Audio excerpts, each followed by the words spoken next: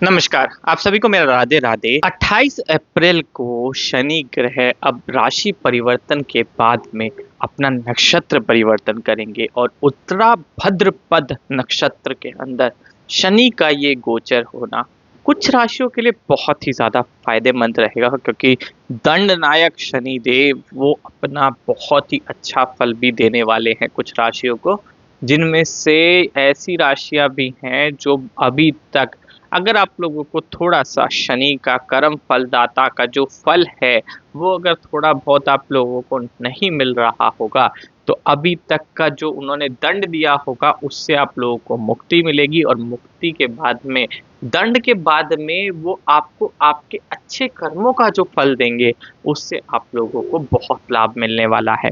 वहीं अब मैं बात करूं तो भारत और पाकिस्तान के बीच के तनाव की, तो आप लोगों को 192 घंटे दिए गए थे जो 8 दिन के बराबर होते हैं। और 8 दिन का आप ये समय देख लीजिए कि पता नहीं कितने लोगों ने ये बोला कि अभी जंग छिड़ेगी, आप लोग जंग के लिए तैयार हो जाओ। मैंने आप लोगों को एक चीज बोली थी कि तनाव है, ये कोई 2025 कोई बड़ा जंग का वो नहीं दिखाता है कि ऐसा कुछ आगाज हो जाएगा। हाँ, अगर कोई जंग बढ़ती है तो उसके लिए आप तैयार जरूर रहें, मगर 2025 बिल्कुल भी ऐसा समय नहीं है जिसके अंदर कोई एक बहुत बड़ी जंग छिड़ जाए और उससे बहुत लोगों को क्षति पहुंचने लग जाए। तो ये जो है, कई सारी ऐसी चीजें हैं जो बहुत ज़्यादा डिपेंड करती हैं। वहीं उसी के साथ में राहु का भी बहुत बड़ा परिवर्तन हुआ था, तो उसका भी संकट थोड़ा सा देखने को मिला था। इसी वजह से थोड़ा सा सचेत रहने की आवश्यकता जरूर थी, मगर अभी भी मैं यही बोलूंगा 2025 कोई बड़ी समस्या नहीं दिखाता है। हेलो दोस्तों, मैं भरत शर्मा स्वागत करता हूं आप लोगों का आपके अपने चैनल इन्फोबस क्रिएशंस पे। चैनल को आपने अभी तक सब्सक्राइब नहीं किया है तो जल्दी से सब्सक्राइब का बटन दबा दें और बेल आइकन को ऑल पे कर लें, ताकि जब भी कोई न्यू वीडियो आए तो उसकी नोटिफिकेशन आप लोगों को मिल जाए। दोस्तों, जैसे कि ये जो भारत और पाकिस्तान के बीच का तनाव है, इसने कुछ नए इजाद भी किए हैं, मतलब कुछ नई उत्पत्ति भी हुई है। जैसे कि भारत और तुर्की और अजरबैजान के बीच में थोड़े से तनाव बढ़ना। अब भारतवासियों ने तुर्की में जो आप लोग जाना हुआ करता था उसको प्रतिबंधित किया है, यानी कि एक ऐसा आंदोलन छेड़ा है कि इन देशों के खिलाफ ना तो भारतवासी उनको टूरिस्ट की ओर से जो फायदा मिलता था वो अब आगे ना मिले, और उनसे बनाए हुए कई सारे जो प्रोडक्ट हैं जो अब जो उस कंट्री से भारत के अंदर इंपोर्ट हुआ करते थे, अब उनको भी बिल्कुल आप ये समझ लीजिए कि उनको त्याग दिया है। मगर इस चीज का आप लोग ये देखिए कि रिजल्ट क्या है, क्योंकि मैं अगर देखता हूँ, मेरी जो सोच कहती है, अगर भारत और चाइना के बीच में देखा जाए तो ये तनाव बहुत सालों से चला आ रहा है। क्योंकि आप ये देख सकते हो कि जब जंग छिड़ी थी भारत और चाइना की, तो उस टाइम के बाद से लेके अब तक तनाव ही है भारत और चाइना के बीच में। मगर अभी भी जो इम्पोर्ट एक्सपोर्ट चलता है चाइना का, चाइना के इतने सारे प्रोडक्ट यूज होते हैं, वो क्यों नहीं बंद हुए? क्योंकि भारत का बहुत सा ऐसा हिस्सा है, यानी कि भारत के अंदर कई सारी ऐसी चीजें हैं जो चाइना के प्रोडक्ट के ऊपर टिकी हुई है। तो ये कुछ ऐसी बातें हैं जो बहुत ज़्यादा निर्णयकारी होती हैं। अब उसी के साथ साथ अगर मैं तुर्की की बात करूं तो तुर्की से आने वाली कुछ ड्राई फ्रूट हो गए, या फिर अगर सेब आते हैं वहाँ से, सेब के साथ साथ कुछ सजाने की जो वस्तुएं होती हैं, यानी कि उसके अंदर जो सिरामिक ग्लास वगैरह होते हैं, या फिर वहाँ से आए हुए कई सारे ऐसे ऑब्जेक्ट हैं, जो कालीन भी एक उसके अंदर आता है।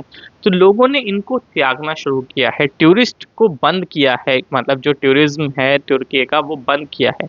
हालांकि इससे तुर्की के ऊपर फर्क तो पड़ेगा, और ये पड़ना भी चाहिए, क्योंकि अभी जो उसने तुर्की ने पाकिस्तान के साथ में आके खुले तौर के ऊपर उसको एक तरह से उसकी मदद की, जबकि भारत जो है वो आतंकवाद के खिलाफ लड़ रहा था। और आतंकवाद एक ऐसी चीज है जो हर देश उससे बिल्कुल भी लड़ना नहीं चाहेगा, और कोई भी ऐसा देश हो जो आतंकवाद से पीड़ित हो तो वो उसके अगेंस्ट में एक्शन लेगा।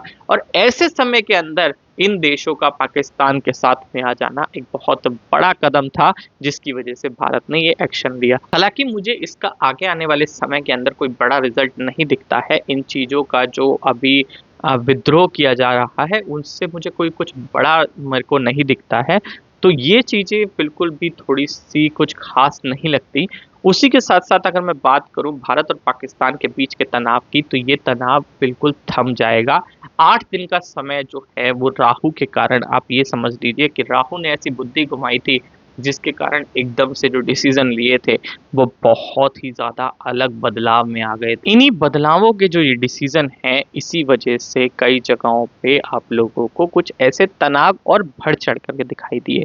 और ये चीज़ें आप लोगों को आगे भी दिख सकती हैं, अगर दोबारा से कोई ऐसा कुछ परिवर्तन, यानी कि ग्रहों का ऐसा कुछ दोष बने, या फिर कोई भी ऐसी स्थिति बनती है, कोई ग्रहिक स्थिति बनती है, जिससे इस कारणवश आप लोगों को थोड़ा-सा ध्यान रखने की ज़रूरत है। जैसे कि अगर मैं बात करूँ, तो 15 जून से 20 जून का जो समय है वो भी थोड़ा-सा खराब चल रहा है। आप इस तारीख को आज ही नोट कर लीजिएगा, 15 जून से 20 जून का जो समय है ये खराब है, और ये समय बिल्कुल आप लोगों को ध्यानपूर्वक बिताना है। उसी के साथ-साथ अब मैं आप लोगों को बताता हूँ कि ये जो मैंने आप लोगों को बताया कि शनि ग्रह का नक्षत्र परिवर्तन, ये आप लोगों को बिल्कुल मिलने वाला है, और शनि ग्रह जो है वो आप लोगों को जल्दी ही नक्षत्र परिवर्तन करते हुए दिखाई देंगे। यानी कि 26 जून को आप लोगों के सामने शनि ग्रह नक्षत्र परिवर्तन कर लेंगे, और 26 जून से लेकर 2 अक्टूबर तक ये जो समय है ये इसका ऐसा प्रभाव देगा, जिससे कुछ राशियां बहुत अच्छे से प्रभावित हो रही हैं।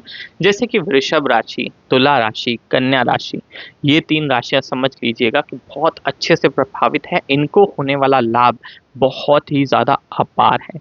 अभी तक अगर इनको कार्य क्षेत्र में उन्नति ना मिली हो, तो समझ लीजिएगा कि ये इनका उन्नति का क्षेत्र होगा। इस टाइम के ऊपर आस्था से जुड़े हुए अगर कोई भी काम करते हैं, तो वो आप लोगों को लाभ देंगे।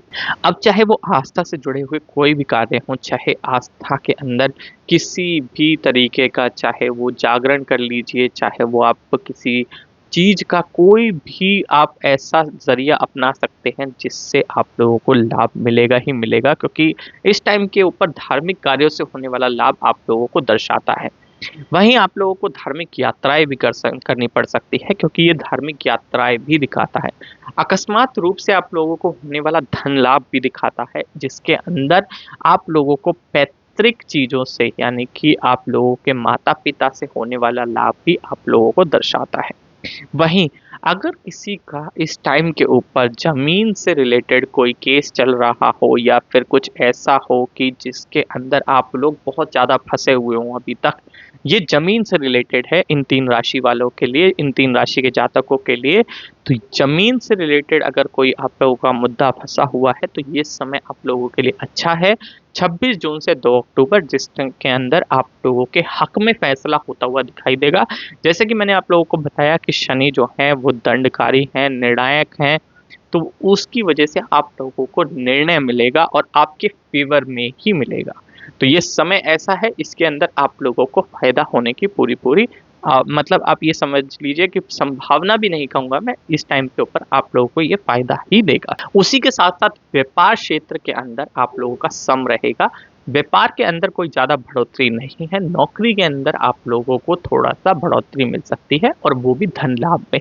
तो नौकरी से जुड़े हुए आप लोगों के अगर धन जो अभी तक नहीं वृद्धि हुई हो, तो वो आप लोगों के लिए बढ़ सकता है।